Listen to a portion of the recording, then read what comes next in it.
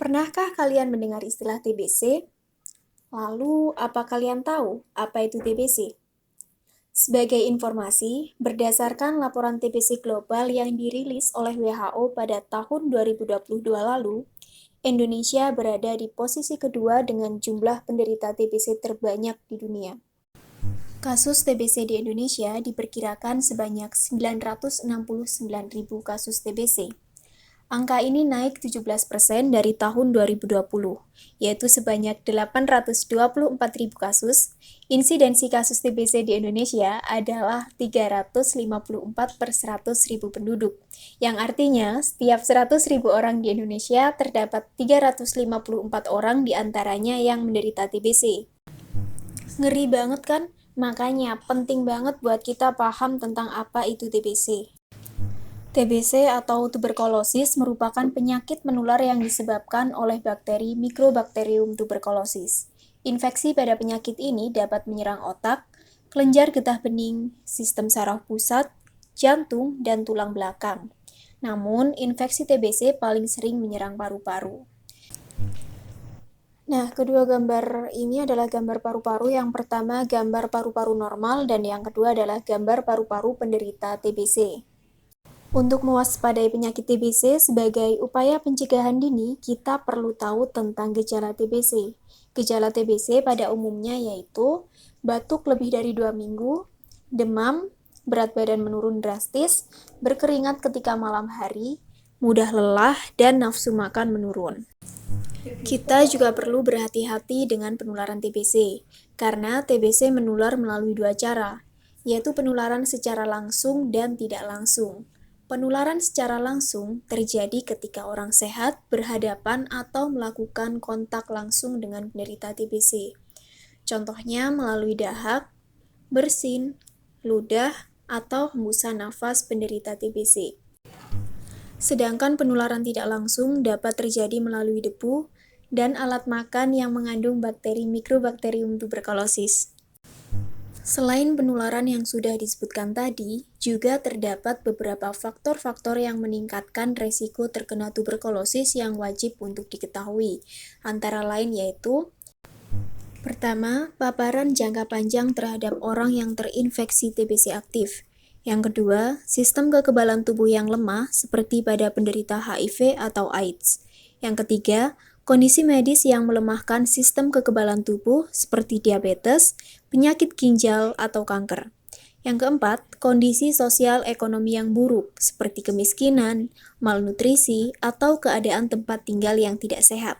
Dan yang kelima, penggunaan obat-obatan terlarang atau alkohol yang berlebihan. Lalu, bagaimana cara mengetahui apakah seseorang menderita TBC atau tidak? Untuk mengetahui apakah seseorang menderita TBC adalah dengan melakukan diagnosis. Beberapa diagnosis yang dapat dilakukan untuk mengetahui apakah seseorang terinfeksi TBC adalah: yang pertama adalah tes kulit. Sejumlah kecil zat tuberkulin disuntikkan di bawah kulit dan dilihat apakah ada reaksi alergi. Yang kedua, tes darah. Tes ini mengukur keberadaan antibodi terhadap bakteri tuberkulosis dalam darah. Dan yang terakhir, tes dahak. Sampel dahak diperiksa di bawah mikroskop atau ditanam di laboratorium untuk menentukan apakah ada bakteri tuberkulosis. Jika kalian mengetahui ada seseorang yang mengalami gejala-gejala TBC atau bahkan diri kalian sendiri, sangat disarankan untuk melakukan diagnosa di atas. Caranya adalah dengan datang ke fasilitas kesehatan tingkat pertama berupa puskesmas di wilayah tempat tinggal terdekat dan meminta pihak terkait untuk melakukan diagnosa. Dan jika hasilnya positif, maka akan dilakukan pengobatan TBC. Bagaimana pengobatan TBC? Pengobatan tuberkulosis melibatkan penggunaan kombinasi antibiotik yang efektif untuk membunuh bakteri tuberkulosis. Regimen pengobatan standar untuk tuberkulosis paru adalah terapi 6 bulan yang meliputi pemberian pyrazinamide selama 2 bulan serta INH dan rifampicin selama 4 bulan. Penting untuk mengikuti pengobatan hingga selesai untuk mencegah resistensi obat dan kekambuhan penyakit. Meskipun sudah melakukan pengobatan, ternyata ada TBC yang tidak segera sembuh loh. Kira-kira kenapa ya? Ternyata ini disebabkan oleh beberapa hal, di antaranya pasien tidak patuh meminum regimen obat, penderita tidak mengkonsumsi obat secara teratur atau bahkan menghentikannya, sehingga bakteri muncul lagi dan menjadi lebih ganas serta kebal. Selain itu, pengobatan TBC dapat berhenti tergantung dari penderita dan menjauhi penderita lain. Maksudnya, penderita TBC yang menjalani masa pengobatan harus ikut merubah pola hidupnya menjadi lebih sehat, serta menjauhi penderita TBC lainnya agar tidak kembali tertular. Pencegahan penyakit tuberkulosis melibatkan upaya untuk mengendalikan penyebaran bakteri dan meningkatkan kekebalan tubuh individu. Beberapa langkah yang penting untuk dilakukan meliputi: yang pertama, berpikir positif. Yang kedua, tidak meludah pada sembarang tempat. Yang ketiga, melakukan imunisasi BCG. Vaksin BCG atau Bacillus Calmette-Guerin diberikan kepada bayi baru lahir untuk melindungi mereka dari infeksi tuberkulosis. Yang keempat, melakukan identifikasi dan pengobatan dini. Deteksi dini dan pengobatan kasus tuberkulosis aktif membantu mencegah penyebaran penyakit ke orang lain. Yang kelima, menjaga sistem kekebalan tubuh yang sehat. Pola makan sehat, olahraga teratur, tidur yang cukup, dan menghindari kebiasaan merokok dapat membantu menjaga sistem kekebalan tubuh yang kuat. Yang keenam, penapisan dan pengobatan laten TB.